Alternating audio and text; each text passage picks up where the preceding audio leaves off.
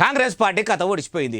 BRS పార్టీకి రేపనేది ఉండదంటున్నాడు తెలంగాణ కమలం పువ్వు పెద్ద ముత్తైదువు కిషన్ రెడ్డి సారు. అగో తెలంగాణను 10 ఏళ్లు కారు పార్టీ ఏలితే కాంగ్రెస్ సర్కారు ఇప్పుడు అధికారంలో ఉన్నది. రెండు పార్టీలను బీజేపీ కిషన్ రెడ్డి గారు ఇట్లెందుకు అన్నాడో ఏం కథనో. కాబట్టి కాంగ్రెస్ పార్టీకి వస్తే ఏమీ లాభం ఉండదు. బీఆర్ఎస్ పార్టీ అయితే అసలే లాభం ఉండదు.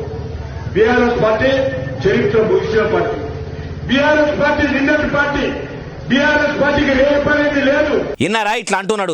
అంతేకాదు తెలంగాణ రాష్ట్రంలో కాంగ్రెస్ బీఆర్ఎస్ పార్టీలకు ఓట్లేస్తే మూసీ నదిలో కలిసినట్టే అవుతుంది తప్పితే ప్రజలకు ఏం పాయిది ఉండదు. ఎందుకంటే వాళ్ళు ఢిల్లీకి పోయి వేసేది ఏముండదు అంటున్నాడు. ఈయన ఇట్లా అనగానే ఇక కోమటిరెడ్డి సార్ ఇదే ముచ్చట మీద ఇట్లా అనుకొచ్చిండు. 4 ఏళ్ళు ఆయన దగ్గర 1000 కోట్ల బడ్జెట్ పెట్టుకొని సొంత తెలంగాణకు 200 కోట్లు తెచ్చుకోలేని కిషన్ రెడ్డి ఆయన నిన్నకేదో పార్టీ మీటింగ్ లేదో ప్రచార బేరీ అంట ఈ కాంగ్రెస్ పార్టీ ఎక్కువ రోజులు ఉండదు అని.